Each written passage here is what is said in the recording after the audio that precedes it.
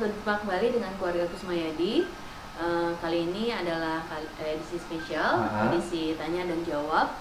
Kami akan menjawab beberapa pertanyaan yang sudah dikumpulkan beberapa minggu terakhir untuk dijawab pada edisi ini.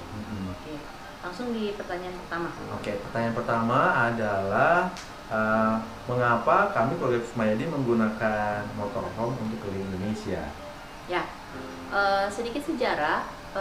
Pilihan pertama sebetulnya bukan motorhome, akan tetapi double cabin. Itu kita ada Mitsubishi Strada yang akan kita tambahi rooftop bed dengan modifikasi sedikit di bagian belakangnya untuk kompartemen barang. Namun karena faktor kenyamanan kami beralih ke MPV. Tapi kemudian karena faktor space kami berubah lagi menjadi SUV. Nah, pada saat sedang mencari-cari SUV inilah kemudian kami bertemu dengan karoseri yang akhirnya kemudian membuat membuat motorhome. Namun sebetulnya di tengah-tengah perjalanan kita juga pernah, di tengah perjalanan mencari kendaraan, kita juga sempat survei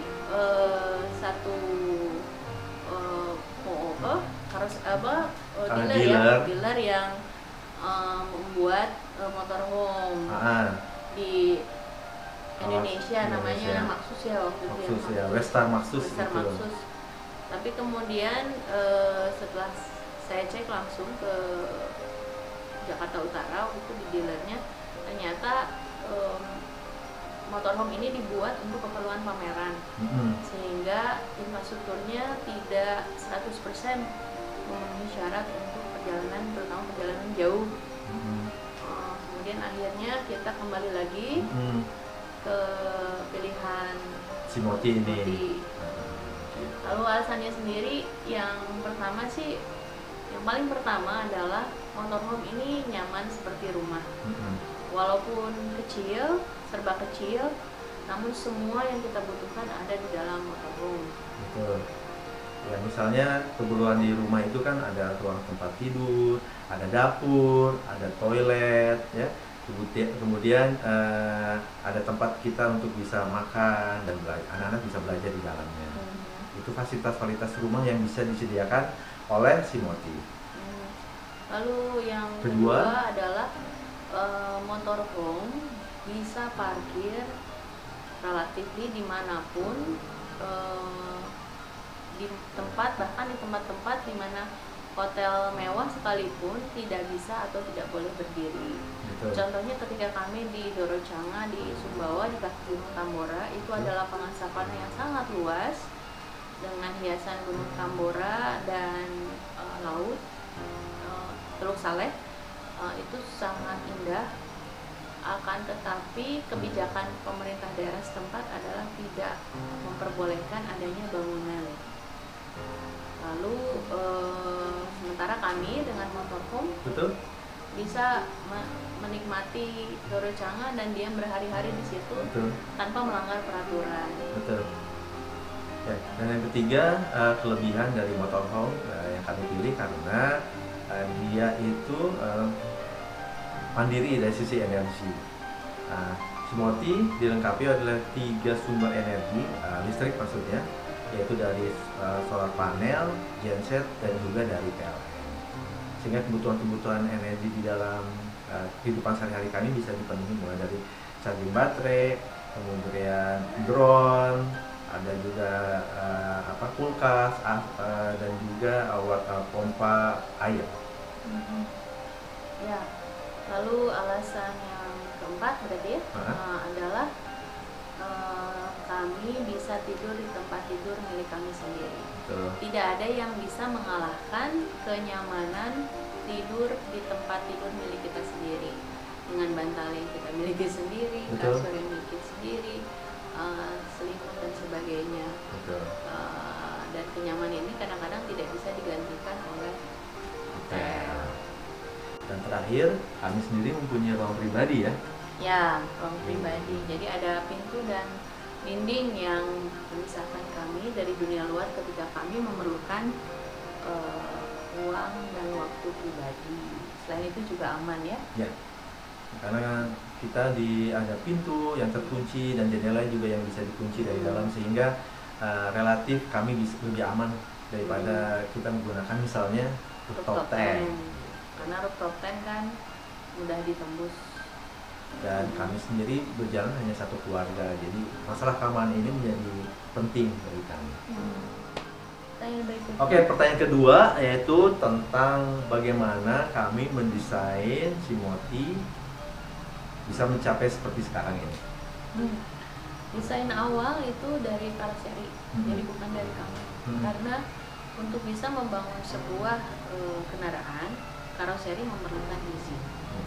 Dan desain ini sudah memiliki izin yang diurus oleh pembuat sebelumnya. Jadi Moti ini adalah versi kedua, edisi kedua dari jenis yang sama. Nah, izinnya sendiri bisa disebut dengan SRUT atau Surat Registrasi Uji Tipe. Nah, ini hanya bisa dikeluarkan atau diajukan oleh karoseri yang mempunyai izin khusus dari Departemen Perhubungan. Dan prosesnya sendiri satu tipe itu satu izin. Ini untuk menjawab pertanyaan juga dari netizen bahwa mengapa kami memilih yang Mitsubishi FX71, karena izinnya yang satu itu tadi, dan polanya konsep mobilnya 4 roda bukan 6 roda. Dan kami memodifikasi sedikit bagian dalamnya, terutama di area tempat duduk. Di situ kami modif tempat duduknya sesuai dengan kebutuhan keluarga kami. Lalu area kerja di mana kita meletakkan PC itu, mejanya juga kita modifikasi yang berfungsi dana sebagai tempat penyimpanan kulkas. Oke, pertanyaan selanjutnya adalah berkaitan dengan proses atau pembangunan ini berapa lama dilakukan? Untuk desain untuk konsep itu sekitar 3 bulan. Jadi mulai dari Januari 2018, proses diskusi yang offline dilakukan di awal, kemudian beberapa kali setelah itu karena kami masih tinggal di Kuala Lumpur, Malaysia. Jadi diskusi secara umum dilakukan jarak jauh melalui WhatsApp dan telepon. Lalu eksekusinya sekitar 4,5 bulan. Jadi tanggal 1 April hingga pertengahan Agustus 2018. Jadi total waktu pembuatan berikut desainnya adalah sekitar 8 bulan, 7 bulan setengah. Dan itu sebenarnya agak sedikit mundur ya dari target semula. Ya, karena ada lebaran. Ada lebaran dan segala macam. Oke, pertanyaan selanjutnya adalah dari netizen menanyakan tentang berapa sih biaya yang dikeluarkan oleh keluarga Kusmayani untuk membangun Simoti? Ya, totalnya sekitar 700 jutaan. Dengan rincian sebetulnya saya agak lupa ya rinciannya. Yang jelas untuk sasisnya sekitar 265 juta. Ya. Lalu karoserinya sekitar mungkin 200-an lebih juga ya. 250 gitu. Lalu sisanya adalah solar panel, genset, kemudian interior, ya, sofa, lemari dan sebagainya, kemudian keperluan jalanan seperti dongkrak. Oke, pertanyaan selanjutnya ini berkaitan dengan mengapa interiornya Simoti itu tidak semewah motorhome yang ada di luar negeri. Oke. Ya, yang bikinnya beda ya, dan apa namanya, setahu saya di luar negeri itu sudah ada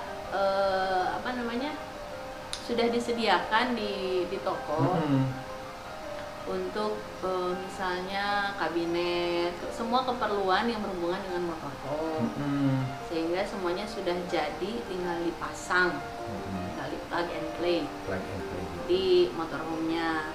Jadi lebih rapi, lebih fit dengan kondisi motorhome. Sementara di Indonesia karena motorhome belum banyak, mau nggak mau kita harus buat sendiri, semuanya buat sendiri. Lemarinya kita buat sendiri. Betul. Secara manual, kemudian seperti toren air itu kita buat karoseri juga buat sendiri ya. Jadi semuanya betul-betul dibuat dari scratch, dari nol, dan disesuaikan dengan keperluan kami. Tidak mewah nggak apa-apa, dan memang kita perlunya kayak gitu doang gitu. Dan itu yang nyaman bagi kami gitu. Oke, pertanyaan selanjutnya adalah apa kendala saat Simoti dibangun? Sebetulnya mungkin kami sudah dipermudah karena ini udah versi kedua ya, jadi nggak banyak yang harus dimodifikasi. Kalau dibilang kendala mungkin hampir tidak ada, hanya mungkin faktor jarak aja, karena kami waktu itu masih tinggal di Kuala Lumpur, sehingga agak menyulitkan ketika kita misalnya sebetulnya harusnya lihat langsung kondisi-kondisi tertentu yang memerlukan supervisi dari kami atau pendapat dari kami ya. Jadi cuma melalui foto atau video aja. Secara keseluruhan sih hasilnya memuaskan ya, sesuai dengan kebutuhan. Kita pakai selama 1 tahun di perjalanan, tidak banyak masalah yang berarti ya, kecuali di apa namanya, di hal-hal teknis kayak solar panel.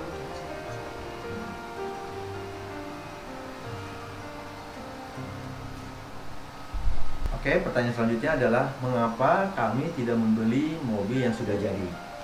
Mobil yang sudah jadi, tadi kita ceritakan sedikit di awal ya, bahwa ketika kita mempertimbangkan untuk membeli mobil motorhome juga ya, dari jenis motorhome yang sudah jadi, ternyata fasilitasnya tidak memenuhi syarat untuk perjalanan jauh. Seperti tangki air kotornya itu tidak besar, kemudian tangki air bersihnya juga sangat kecil, sehingga untuk perjalanan jauh akan banyak memberi masalah gitu.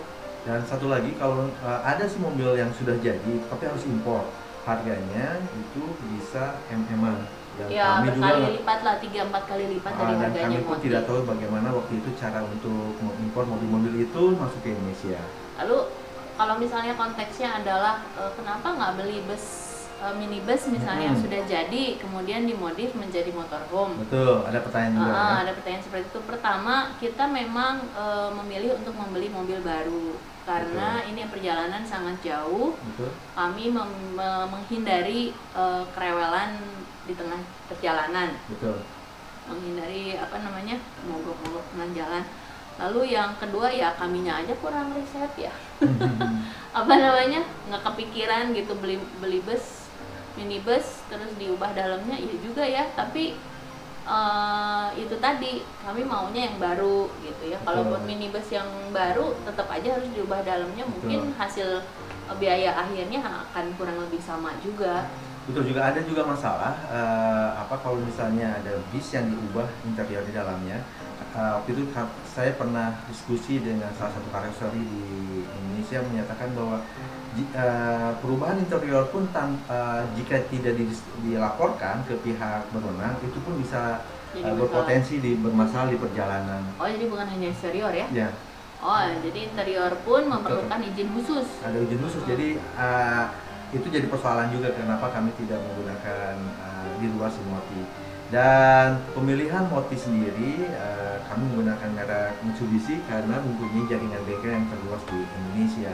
Oke, pertanyaan selanjutnya adalah adakah karoseri lain di Indonesia yang mampu dan mau untuk membuat motorhome? Ya, kami sebelum memutuskan pada satu karoseri di Bogor ini juga sempat mencari ke karoseri lain di Indonesia, menanyakan apakah mereka bisa dan mau membuat motorhome. Ternyata rata-rata sebagian besar tidak mau membuat karena alasan peraturan dan juga keribetan, sehingga pembuatan motorhome setahu kami hanya di satu tempat ini di Bogor, di Wijaya. Ya, karena karoseri besar itu tidak mau membuat yang custom. Ya, bagi mereka ya ribet aja, cuma bikin satu tapi ribetnya banyak. Jadi hanya karoseri yang di Bogor ini pilihan satu-satunya. Pertanyaan selanjutnya, Apakah kita bisa mendesain motorhome kita sendiri, Pak Dodi? Ya, tentu saja bisa. Bahkan kita bisa membangun sendiri motorhome sendiri, atau misalnya camper van sendiri. Karena kalau ada kemampuan itu tentu bisa dilakukan. Tetapi ada masalahnya adalah dari segi legalitas.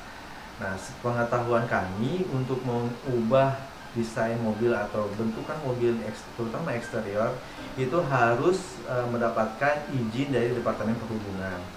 Nah, yang disebut dengan surat registrasi uji tipe.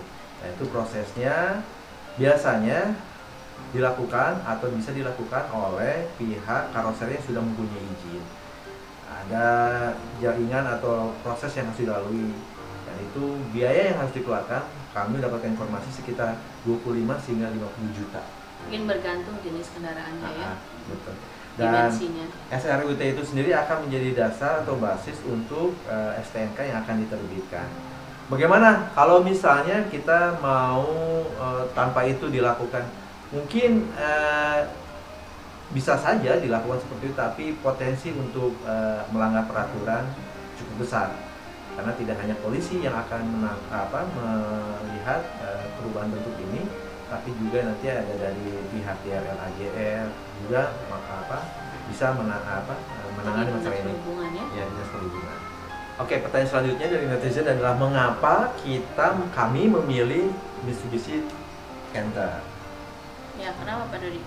Ya, karena pertama Mitsubishi Canter ini sudah termasuk dalam izin yang dimiliki oleh pihak karoseri, sehingga kami kalau merubah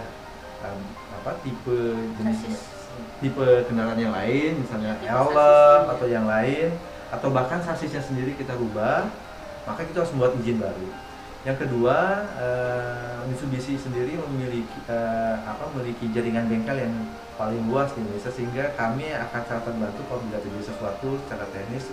Bengkel mereka banyak di mana-mana, dan kita memilih mobil baru supaya aman dalam perjalanan. Adalah pertanyaan berikutnya adalah kenapa tidak memakai kendaraan 4x4 tadi? Ya, ada pertama secara legalitas seperti tadi saya sampaikan bahwa kita sudah memiliki izin untuk Mitsubishi FE71L yang rodanya 4 dan 4x2. Yang kedua, sebenarnya kami dikasih opsi untuk bisa ditambah dengan 4x4, tapi biaya yang harus keluarkan kami itu sekitar 150 juta rupiah tambahan. Nah, itu sangat besar, dan akhirnya kami paham bahwa kondisi jalan Indonesia tidak bisa diprediksi. Maka untuk mengantisipasi terjadinya sesuatu di jalan, kami menggunakan winch yang harganya masih lebih rendah atau lebih murah daripada kami harus menggunakan 4x4. Ya, jadi kita pasang satu winch di bagian depan ya. Dan dalam perjalanan ternyata winch itu banyak membantu. Oke, pertanyaan selanjutnya, bagaimana merawat motorhome? Ya, secara teknis mesin kami mengikuti manual book yang 5.000 km, harus ganti oli dan perawatan lainnya kami lakukan. Standar lah ya, standar seperti mobil biasa. Gitu. Kalau untuk yang mesin, jadi alhamdulillah selama perjalanan sih tidak terlalu ada masalah ya dari segi mesin kendaraan. Lalu kalau untuk home-nya sendiri, untuk rumahnya tadi kan motornya, untuk home-nya sendiri standar sih seperti merawat rumah, dijaga kebersihannya, kemudian karena barang-barang kita kan senantiasa bergerak tuh di jalan, ya berarti kita harus meletakkan, menyusunnya sebaik mungkin sehingga tidak mudah jatuh, tidak mudah pecah. Lalu standar seperti rumah dikasih camper, dikeringkan, selalu kering areanya, tidak basah, sama-sama seperti rumah, nggak ada yang. Ini ada pertanyaan lagi berkaitan tentang pemilihan barang. Kan kita ketahui bahwa motor itu selalu bergerak. Nah, mungkin kita punya tips nggak untuk memilih barang? Atau mau dibuatkan video khusus tentang barang-barang milik kami yang ada di motorhome? Kalau mau silakan komen di video ini. Ya, saya jawab dulu secara umum. Yang jelas sih barang-barangnya tidak mudah pecah. Jadi piring, gelas yang berbahan kaca itu jelas tidak dipakai. Kami memakai bahan enamel kayak kaleng gitu ya. Kemudian untuk apa lagi, kalau yang lain-lain sih standar karena panci, tempat menanak nasi dan sebagainya itu kita memang tahan guncangan. Dan tentu saja penyimpanannya sendiri perlu tempat yang ya, khusus ya. perlu diatur. Jadi ada kompartemen di dalam lemari sehingga barang-barang ini nggak berantakan, karena waktu di awal perjalanan kita nggak pakai kompartemen, ya begitu buka lemari semuanya berantakan gitu. Tentang barang-barang yang dibawa, sempet juga kita dulu bawa alat-alat yang sebetulnya mengkonsumsi energi listrik cukup banyak ya, karena tadinya kita pikir akan berguna gitu di jalan. Seperti kita sempat bawa rice cooker, sempat bawa apa namanya, air fryer apa namanya, tapi kemudian harus kita turunkan karena faktor sumber listrik yang tidak memadai. Oke. Mungkin itu dulu pertanyaan-pertanyaan yang kami jawab, karena sebetulnya pertanyaan banyak sekali. Tapi kita pilih yang paling sering banyak ditanyakan, kita pilih. Lalu ini bukan Q&A yang terakhir ya, akan ada sesi Q&A yang berikutnya, sesi khusus berikutnya. Mungkin yang berikutnya tentang perjalanan sendiri ya. Jika masih ada pertanyaan tentang Simoti, masih bisa ya? Boleh, silakan. Nanti kita bikin edisi berikutnya lagi. Terima kasih sudah menonton. Mudah-mudahan tayangan ini bermanfaat. Assalamualaikum.